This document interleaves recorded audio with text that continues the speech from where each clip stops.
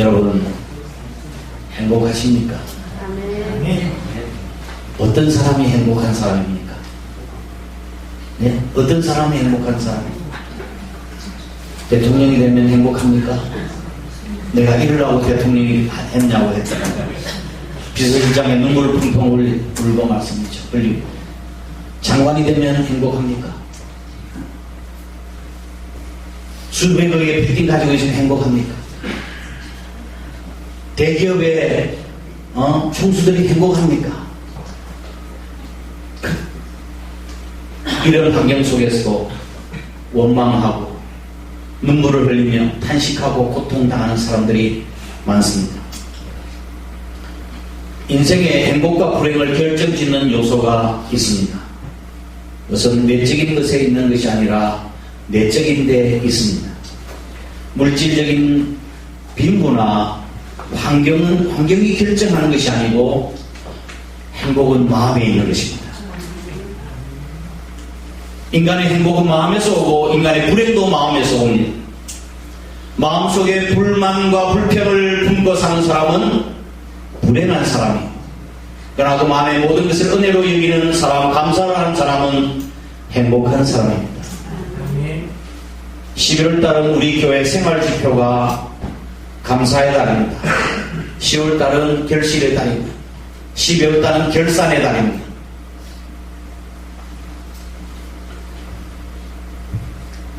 행복한 삶은 세 가지로 생각할 수 있습니다.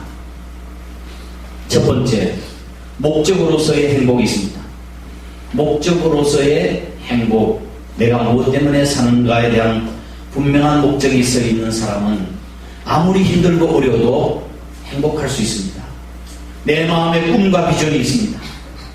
그 사람은 시련이 오고 환난이 온다 할지라도 좌절하지 않습니다. 꿈이 있기 때문에, 목적이 있기 때문에 이것을 이끌어서 목적으로서의 행복이라고 이야기합니다.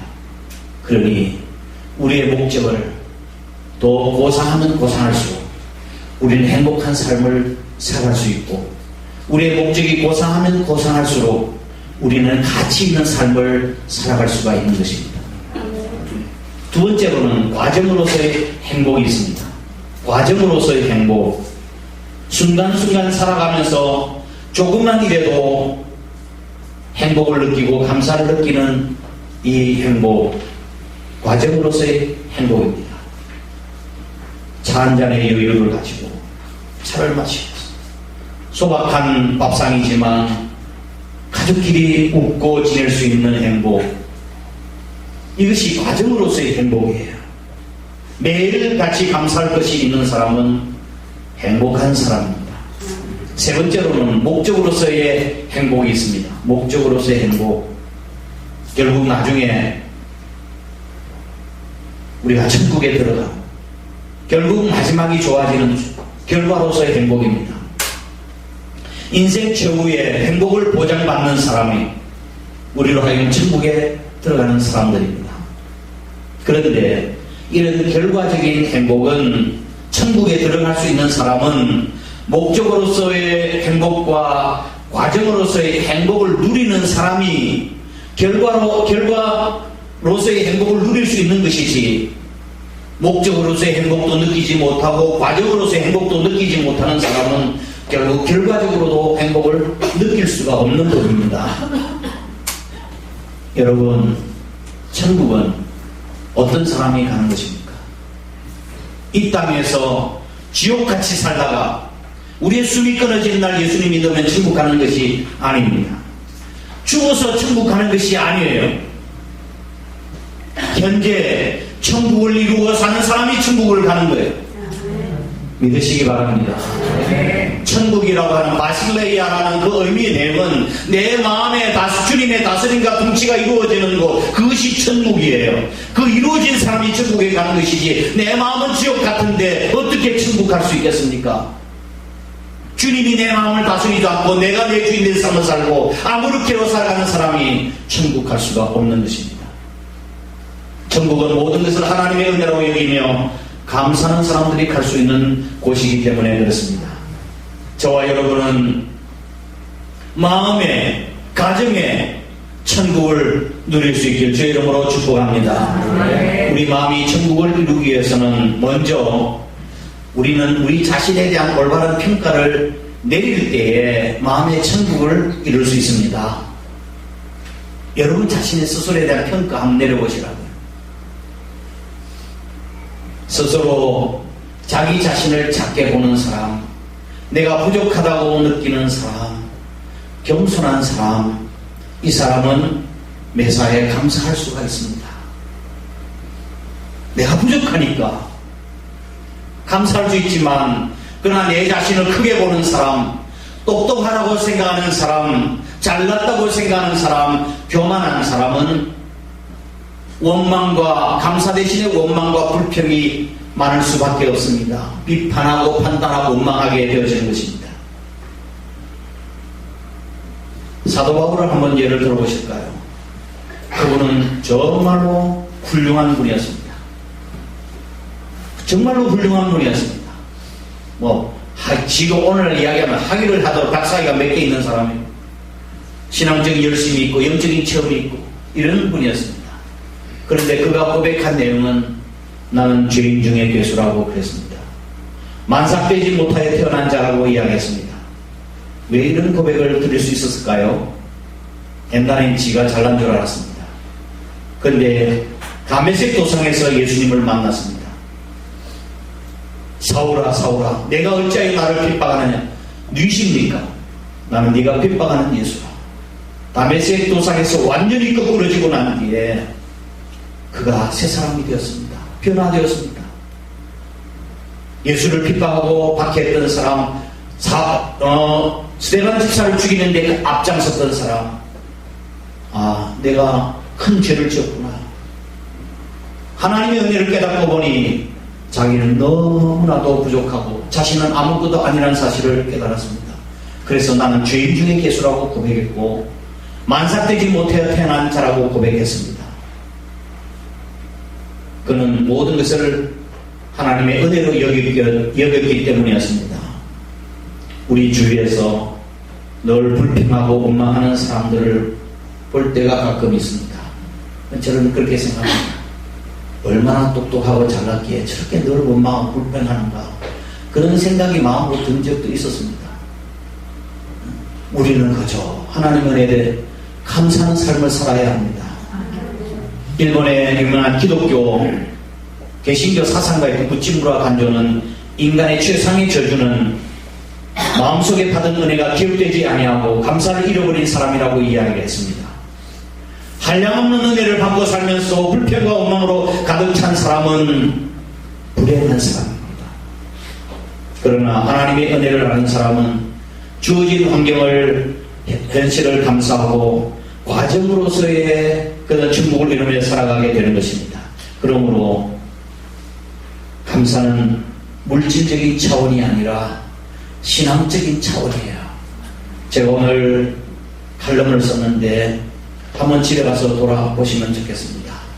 감사와 불평은, 지금 읽어보지 말고 감사와 불평은 우리의 삶과 인격이 되어야 하는 것입니다. 내가 박사학위를 받았다고 해서 지식적으로 알고 있다고 해서 감사하는 것도 아니고 불평하는 것도 아니에요. 자, 그러면 우리 그리스도인이 되어야 될 감사의 내용 3가지 감사를 말씀드리겠습니다.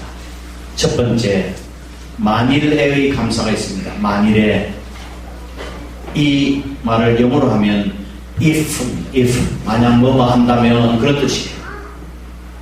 만약에 이렇게 해주시면 감사하겠다는 것입니다. 조건이 따르면 감사합니다.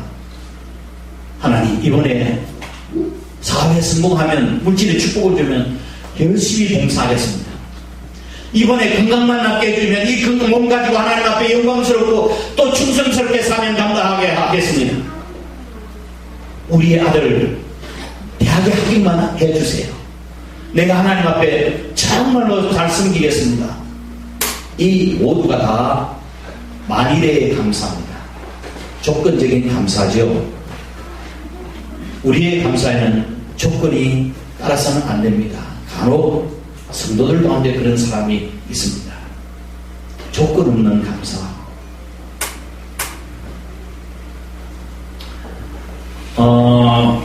멕시코에 실제로 멕시코에 또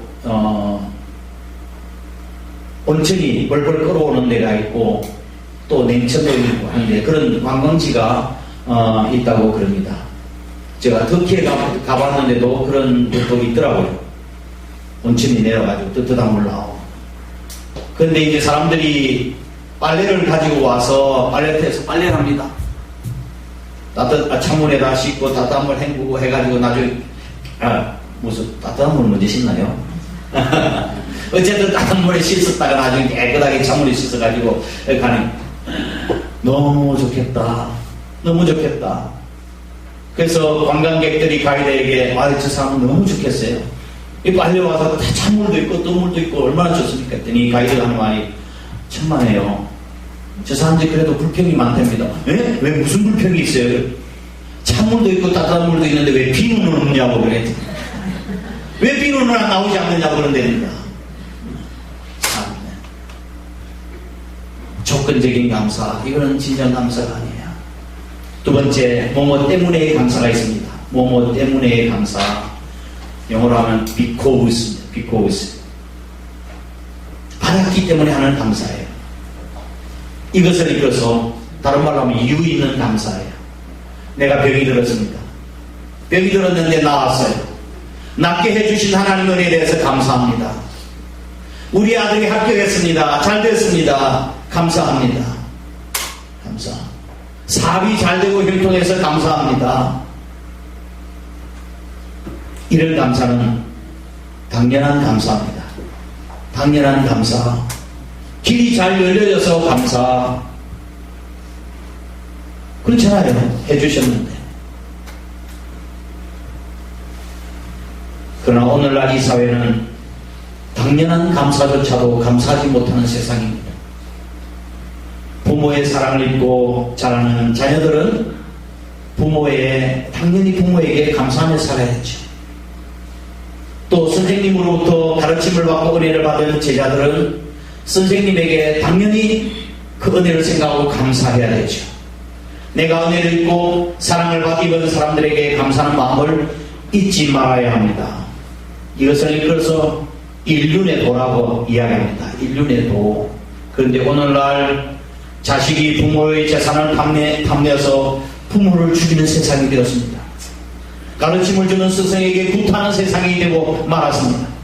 남을 이용해서 배신하는 것이 보편화되고 말았습니다.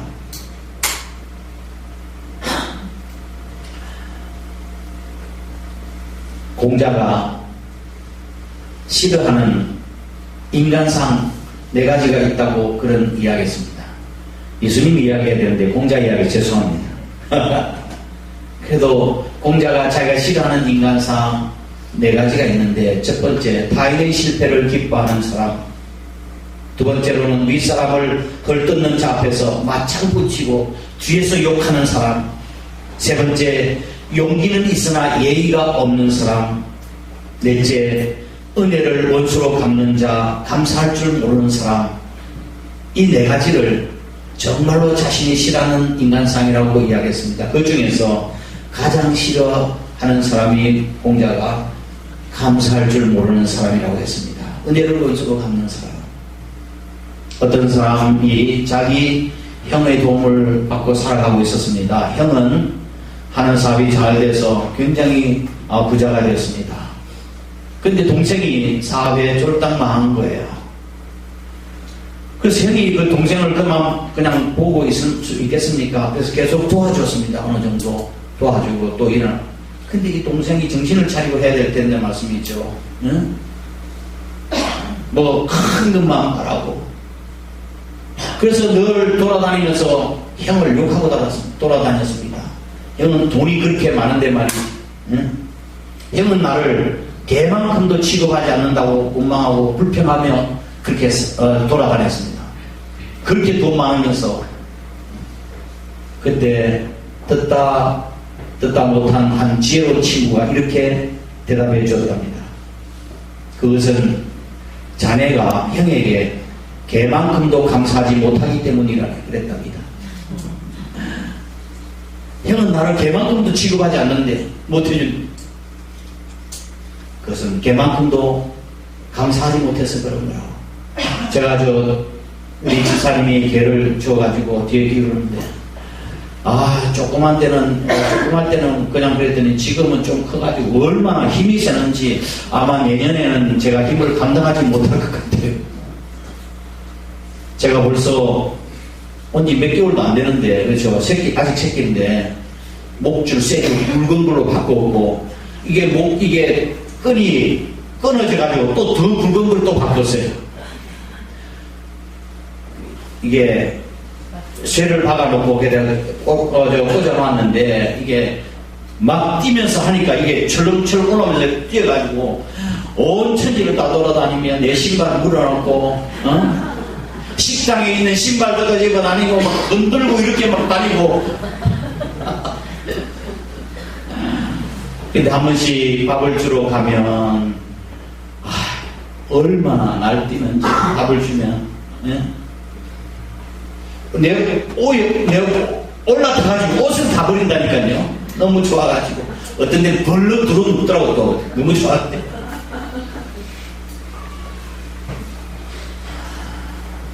꼬리를 흔들고 말씀드려, 목소리만 들려도 막 꼬리를 치고 감사의 뜻을 표현합니다. 그러나 만물의 영장이라고 하는 인간은 은혜를 받고도 감사를 잃어버리고 늘 불평하며 살아갑니다. 헐만 슈타인이라고 하는 분의 시에 이런 이야기가 있습니다. 노래는 부를 때까지 노래가 아니며, 종은 울릴 때까지 종이 아니며, 사랑은 표현할 때까지 사랑은 아니다. 축복은 감사할 때까지 축복은 아니다라고 이야기했습니다. 우리가 받은 바 은혜가 감사함으로 그 마음에 울려오지 않는다면 모든 축복은 참 축복이 되지 못하는 것입니다. 나를 낳아준 부모에게 감사할 때 그 순간 그 부모가 나의 부모가 되는 거예요. 부부도 서로 같이 감사하는 순간에 진정한 내 남편, 내 아내가 되는 거예요.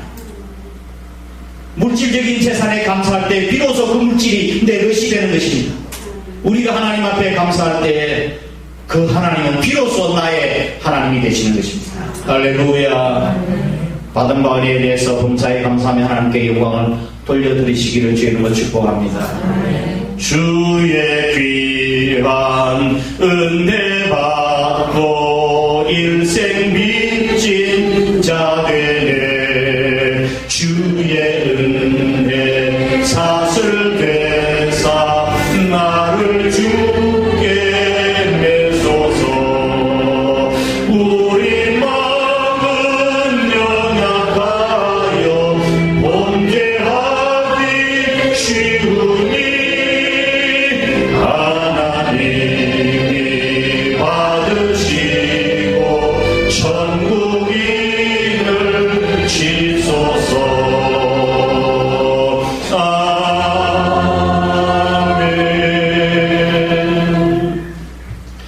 우리 인간이 드리는 감사는 첫 번째, 만일의 감사가 있습니다. if 그렇게 해주신다면 감사해야겠습니다. 두 번째, 뭐뭐 때문에 감사가 있습니다. 이것은 당연한 감사예요. 이유 있는 감사예요. 세 번째 감사가 있습니다. 그럼에도 불구하고의 감사가 있습니다. 영어로 하면 in spite of. 그럼에도 불구하고의 감사예요. 오늘 하박국 선지자가 뭐라고 하나님 앞에 노래했습니까? 무화과 나무가 무성치 못하며 포도나무에 열매가 없으며 감람나무에 소출이 없으며 밭에 식물이 없으며 우리의 양이 없으며 외양간에 소가 없다 할지라도 나는 구원의 하나님을 인하여 감사하며 구원의 하나님을 말미암아 기뻐하리로다. 할렐루야.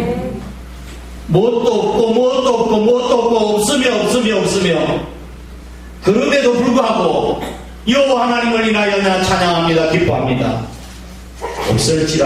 없을지라도의 감사입니다. 이런 감사는 고차원적인 감사입니다. 참으로 우리 성도가 드려야 될 감사예요. 역경 중에서도 감사하는 것은 훌륭한 감사가 아닐 수가 없습니다. 잃어버렸음에도 불구하고 감사하는 것입니다. 이런 감사는 아무나 할 수 있는 감사가 아니에요. 특별한 감사예요. 송계희 집사님, 아들이 이번에 시험에 떨어졌는데 그래도 감사합니까? 서울에 올라오고 그렇게 100일 동안 작정하며 기도했는데 말이죠. 안 됐어. 아이고, 이제 내일부터는 새벽기도 안 나오셔도 됩니다.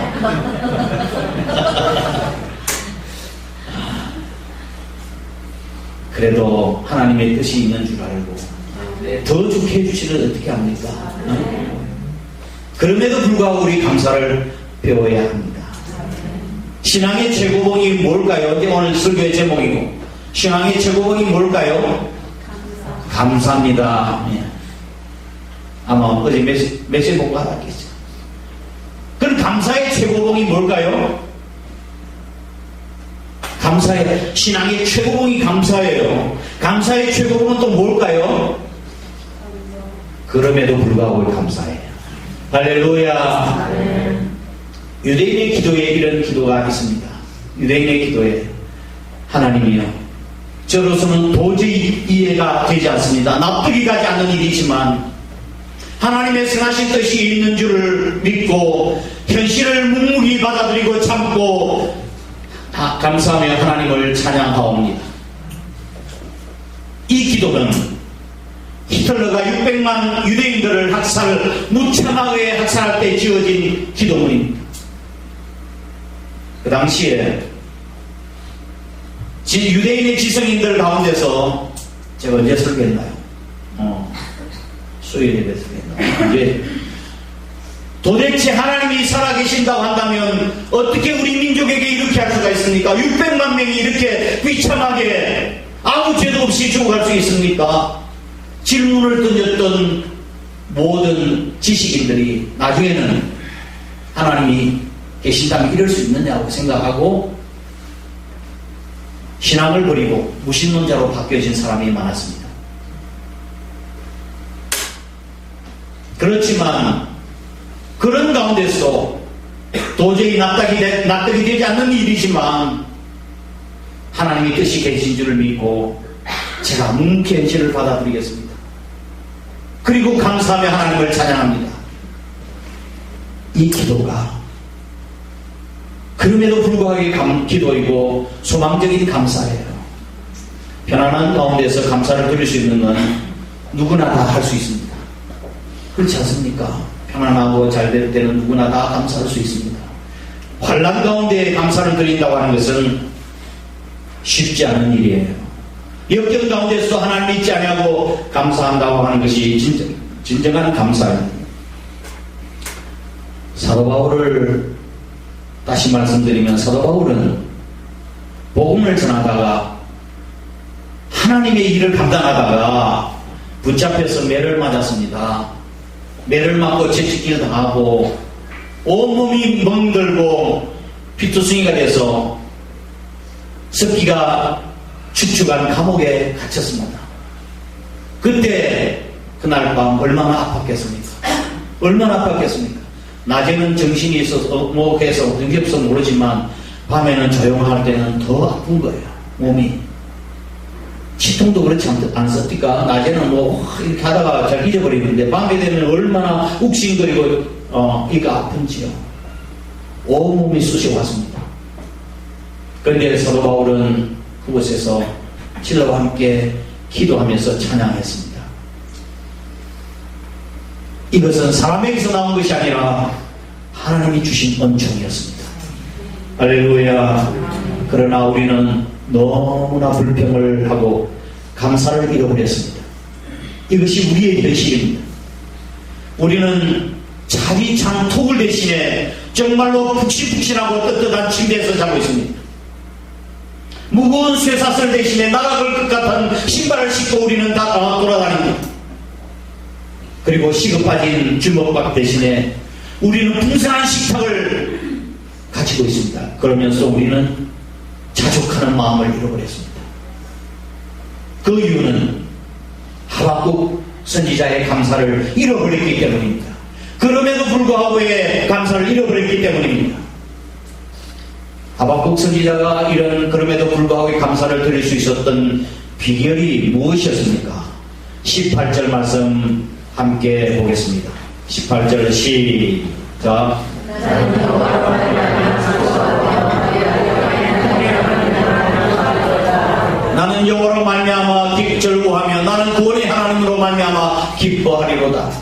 할렐루야. 하박국 선지자가 그렇게 감사하고 기뻐할 수 있었던 비결은 여호와 하나님 때문이었습니다. 그의 관심은 하나님에게 있었습니다. 세상적이고 육체적인 것에서 감사의 근원을 찾지 아니했습니다. 살아계신 하나님, 구원의 하나님, 소망의 하나님을 인하여 없을지라도의 감사를 드릴 수 있었던 것입니다.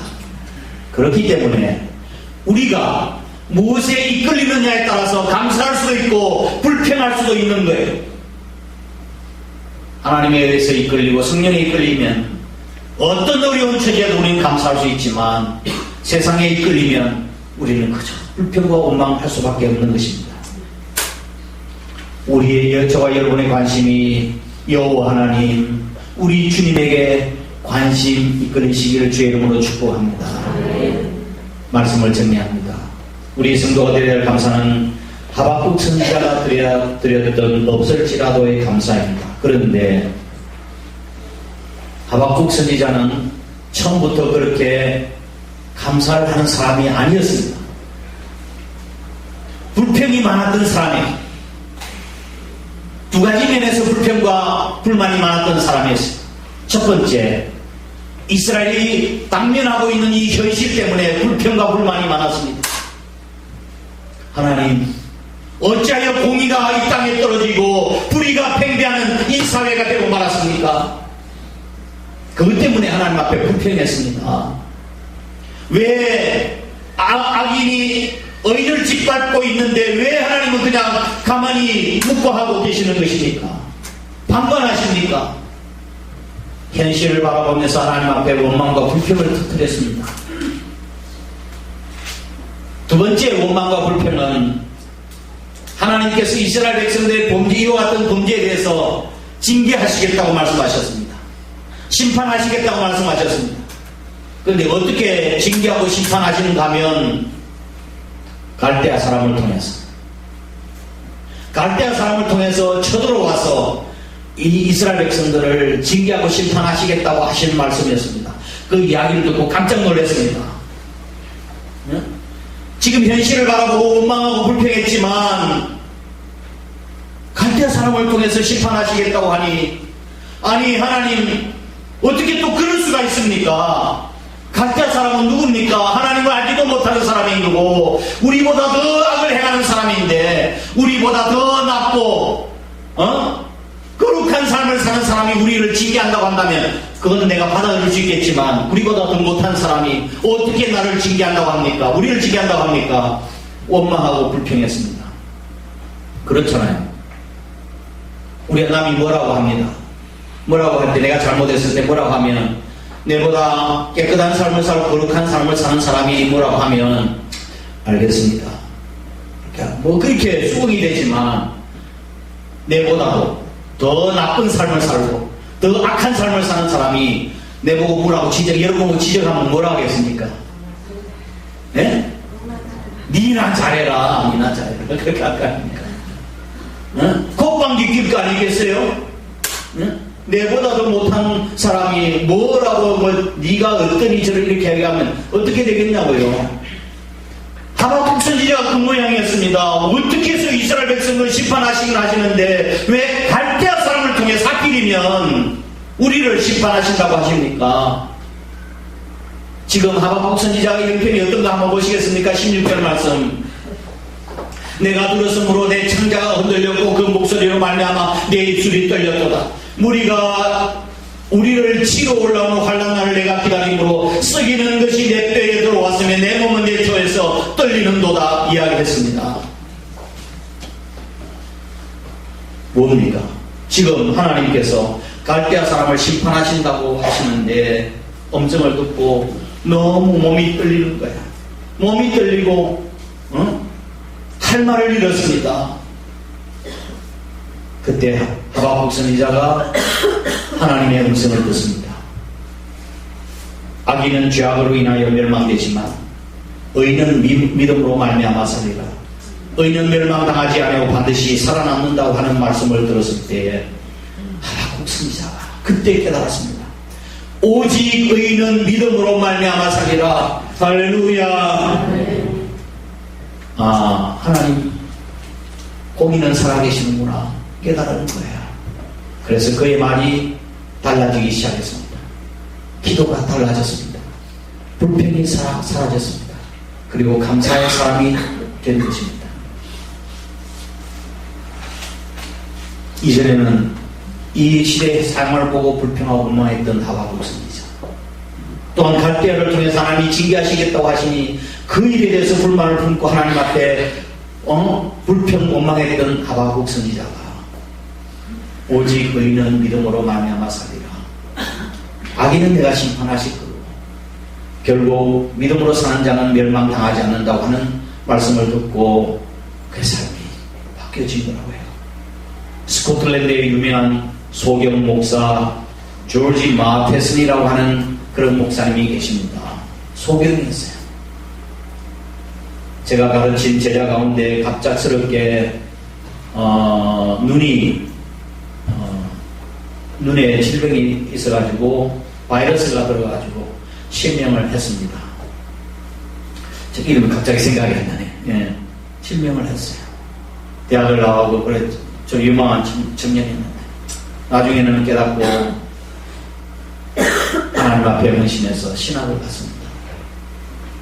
그래서 이게 맹인임에서 신학 공부를 하고 부인이 아내가 막 이제 들려주고 책도 읽어주고 이래 공부를 해서 졸업을 지금 목회를 하고 있습니다. 조지 마데슨 목사님이 이렇게 기도했습니다. 소경, 나의 하나님, 나는 이때까지 나에게 주신 가시를 인하여 한 번도 감사를 하지 아니했습니다. 나는 나에게 주신 장미꽃으로 인하여 수천 번 감사를 하였지만 그 장미꽃의 가시로 인하여 감사하지 않았습니다. 나는 십자가 그 자체가 영광인 것을 모르고 그에 대한 보상만 바라보고 살았습니다. 나에게 십자가의 영광을 가르쳐 주옵소서. 고통의 길을 통하여 당신께 갈 수 있음을 알게 해 주옵소서. 이것이 이 아침 시간 저와 여러분이 하나님 앞에 드려야 될 기도입니다. 은혜와 감사는 같은 어원에서 났습니다.